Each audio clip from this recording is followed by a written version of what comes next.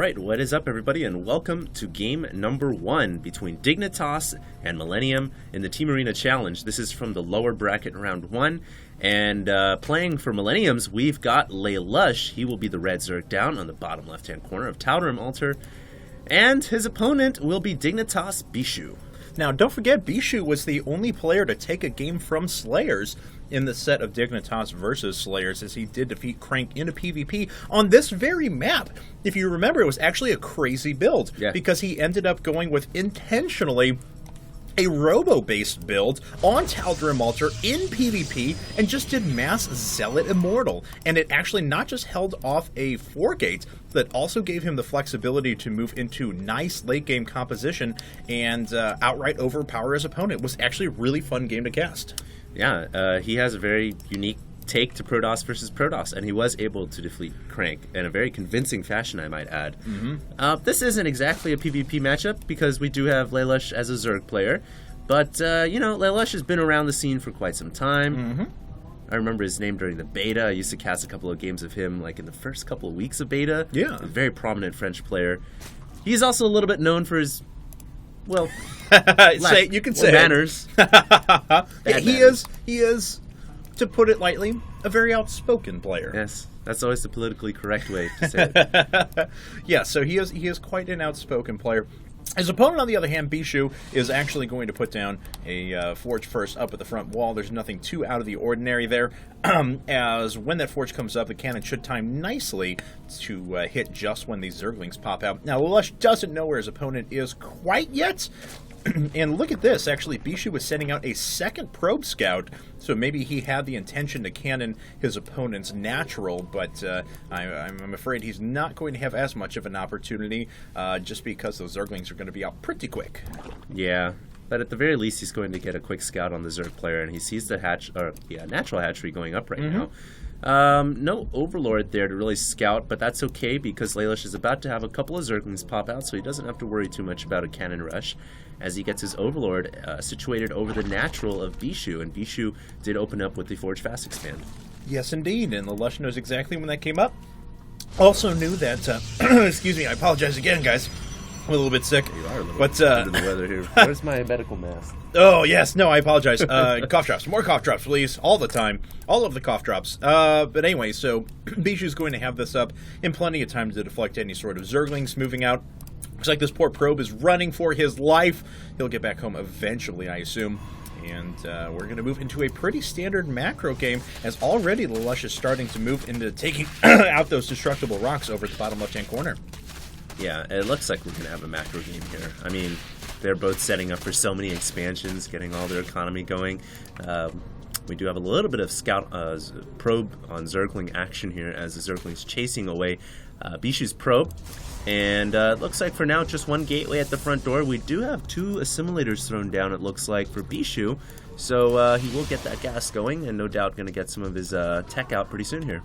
And looks like this probe is waiting to finish up this wall. Of course, he wanted to see how much pressure he was going to get before he decided to go ahead and put down, you know, a complete wall or a full wall or anything like that, because LaLush was going to hold off that for a while. May offer him some flexibility to leave a spot open to actually fill that in with a unit eventually. As we do have Cybernetics Core now coming down, and very early +1 from Bischu. So that's the direction he wants to take his tech into, Cats, and looks like it's going to be +1 weapons. Definitely has the ability to time with some kind of, you know, 6-gate or 7-gate with +1 or even +2 weapons, depending on which way he wants to go. I think he did leave an opening there with the core and the rocks at the front door. I think there's an opening where he will block that off with a Zealot eventually on the right, or on the left, actually. Yeah, this is actually, it doesn't really look like it, but you can kind of see how the ground curves up right here. This is actually walled in, to the best of my knowledge, but yeah, there you have it. The little gap is filled in because Zerglings cannot run up that little half pipe. I know, I always find that funny when I look on the map. Yes, in order to remain balanced, the game has to hold itself to like a grid, or... Funnily enough, Brood War didn't follow that same schematic. Yes. Because it tried to follow the grid, but there was just little buggy things that would happen. Yep. And you would have to be like super tight on your wall, otherwise you'd get busted every time. And let's not even begin to talk about unit pathing in Brood War. But unit pathing was terrible in Brood War. But it made the game very interesting to watch. Oh, a very quick Twilight Council coming out of Bischu as well. He also has gateways number 2 and 3 The Lush has not shown us his tech path quite yet. No layer tech, just moving into an evolution chamber while he starts his third. Looks like it's going to be 6 gate with +2 blink stalkers here. I don't think he's going to go for Dark Templar. Otherwise, researching the +1 weapons on the Forge doesn't really make any sense. It delays your DT tech. Right. So it's probably going to be +2 blink stalkers. He may go into some kind of delayed charge build. We do have a forward pylon put down for Bischu as well, so he can get pretty aggressive with his attack here. Oh, it is a Dark Shrine. Wow! No, I was right there with you. Yeah. I mean, I thought he had delayed that tech for a while. He was just going to try and hit an aggressive timing, and that Sentry, even low DPS and all, does manage to pick off the Overlord. But it's going to be pretty difficult for LaLush. Okay, he just lets that probe slip on by I think he's on hold to position. get in and he just got scout this. though. So. Yeah, it looks like he did just finish up, and our first couple of Zealots are making their way down. Bischu's going to try and put on a little pressure. Layer Tech and Roach Warden is not quite done yet, and there's not much on the field to defend against these Zealots. LaLush will probably have to pull drones here unless he wants his queen to just outright die, and he lets the queen fall apart. No. 3 more Zealots going to be warping in, so a total of 6 Zealots, and that pylon can be used for Dark Templar as well. LaLush has to evacuate the third hatchery, and runs his drones away, now deciding, hey, maybe I should save the hatchery instead, fight for my home. And will he be able to do it? I don't think so. The hatchery is bleeding now. It's starting to go down. It looks like it's going to pop. And LaLush is in trouble. Yeah, this is super clever out of Bischu as well, because he's able to cause LaLush to produce so many units, and the hatchery does go down, that LaLush is not going to worry about anti-air. And that Dark Shrine is just about to finish up. Yeah, with that Dark Shrine finishing up, LaLush doesn't have any detection at all. I'm not sure. I'm pretty sure he has layer already, so he can get an Overseer. But at this point, it's pretty far gone. No, he gets an Overseer right away. I don't know how he noticed that Dark Templar were warping in, or if he just got the Overseer for the hell of it. It looks like his vision. Oh, he may have made his way in and seen it just at the last second. That might end up saving his hide here. Yeah, it looks like it is going to. As a matter of fact, as there's the Overseers, and he knows that those ZTs are going to be shut down. So Bischu still got himself a nice gain by taking out that base. Do not get us wrong, but the Dark Templar investment has not paid off. Yes, he killed this base down here with Zealots, but the Dark Templar investment has not paid off, and maybe LaLush can find some way to equalize a little bit after that damage was taken. I think that's his hope here. I love the creative use of cannons. Getting cannons up first, look at walling off, and using cannons to kill the rocks off. Double wall, and it's creative. This is some like zero clutter stuff. Fastest money map possible design. Yeah, this reminds me of tower defense right here. So I like it. Force all the creeps through this little path. I like it. He might just end up fully walling that off too. Yeah, definitely. But I like what you said earlier. You said LaLush certainly has a chance to get back in this game, because remember, guys, Bischu doesn't have any ground army at all, and that's why he had to use cannons to destroy the rocks. His ground army is so small because he went for DTs. Yep. You're absolutely right, and I'm curious what his tech choice is going to be here in a bit. Yes, he's getting Spire. Maybe he's going to get some sort of Hydra Den here in a second as well. He's very aggressively spreading his creep. Don't forget, creep tumors do stack. So yeah, it looks like he's saving up quite a bit of gas. 7 mutas are going to pop out all at once whenever he gets the larvae actually allocated to that. Yeah, he's probably going to rock mutas and lings and maybe a little bit of roaches too. Unless he has like 4 bases, pretty hard to get mutas and hydras. And wait, and it was canceled. Yeah, I don't know if he needs Corruptors this early on, considering he saw Dark Templar coming out. Yes, the chance of a Colossus being out on the field right now is 0 to none. And there we go. Yeah, you are indeed correct, and we do have a bunch of mutas popping out now, and it looks like LaLush is going to go for that counterattack, but I hate to tell him there's quite a few photon cannons there and a couple of gateway units. But Bischu didn't fully wall it off. Theoretically, those Zerglings might just run by and maybe snipe the Nexus, but there he goes. Bischu decides, hey, it's probably a good idea if I fully wall that off. Oh, but we have an attack at the front door. LaLush getting force fielded, and he cannot get his roaches out of the way before the force fields were locked in, and now those roaches are all going to go down. And now the Zerglings deciding to run behind that wall, and they're going to go for maybe a snipe on the Nexus. No, they will not. They'll tuck away behind the third. And now they're just going to get killed here. A few of them are going to run out, but most of them did die, and LaLush just suffered a lot of losses. However, through good macro, he has maintained a supply advantage, but it's not that much, and you really want to be much farther ahead whenever you're moving to this particular tech path. Oh, here we go. The mutas are making their way into the main, picking off a few workers. There's a couple of stalkers there that do have blink to start to ward those away, though. Yeah, those mutas did go in. They did some good damage right there, and it looks like he's going to go once again into the third with his Mutalist. There's no photon cannon placement at all. The mutas, though, are being deflected away by those stalkers, so Looks like Bischu is all over the Muta harass. I'm not sure how many probes he lost. It looks like he lost a very small amount, nothing too drastic. Yeah, let's take a look here. Oh, yeah, actually, he lost a decent 13 amount. to 18, but both players have pretty much drawn even in terms of worker kills here. It looks like LaLush is actually going up to his 4th base over at the 9 o'clock position. What is Bischu going to set up for? Templar Archives.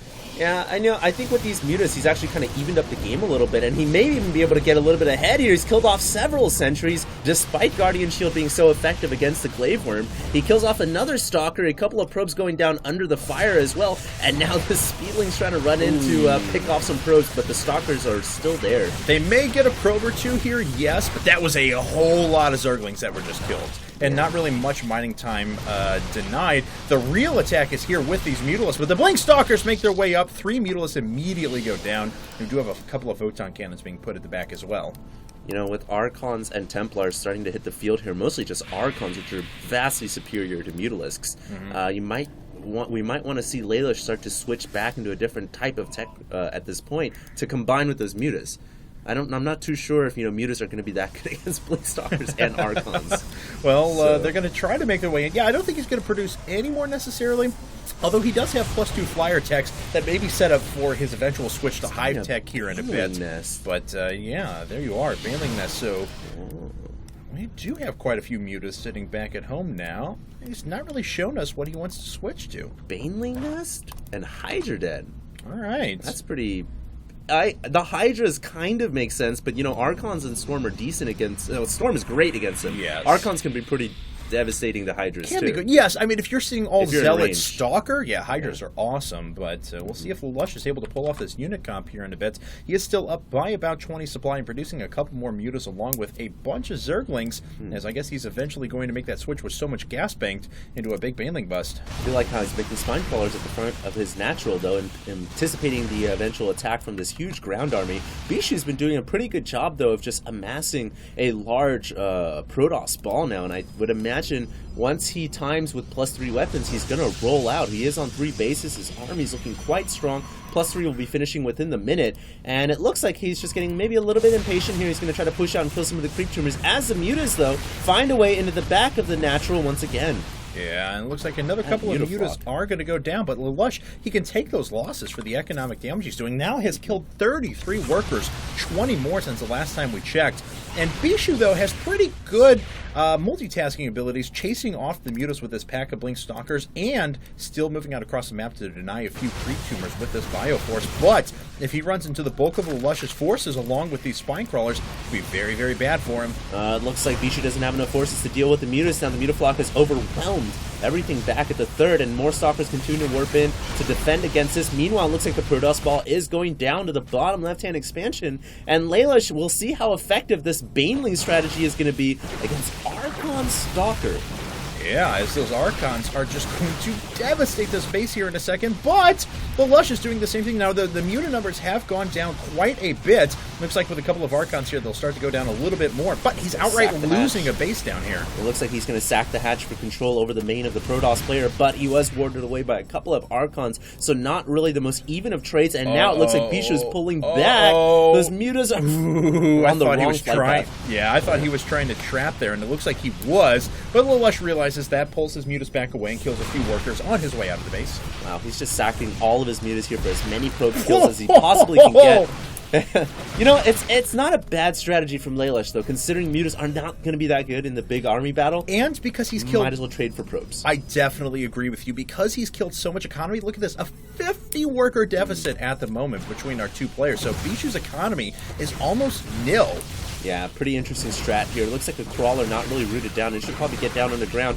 And now the Baneling speed has been researched. It's going to be Baneling, Hydra, Ling, and a handful of Mutas against this Protoss ball. We're about to see how effective this strategy will be. Now, keep in mind, Bischu does have sentries for force field, and he launches a couple. Baneling's detonating, though. They are doing some damage. The Archons in the front get destroyed as well. I actually think LaLush is going to be able to hold off here.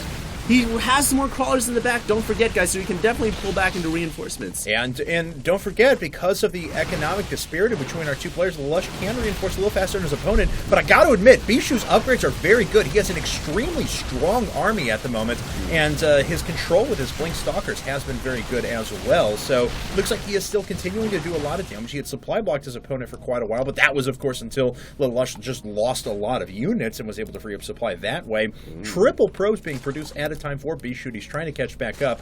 Looks like he may end up trying to sack the space down in the bottom left.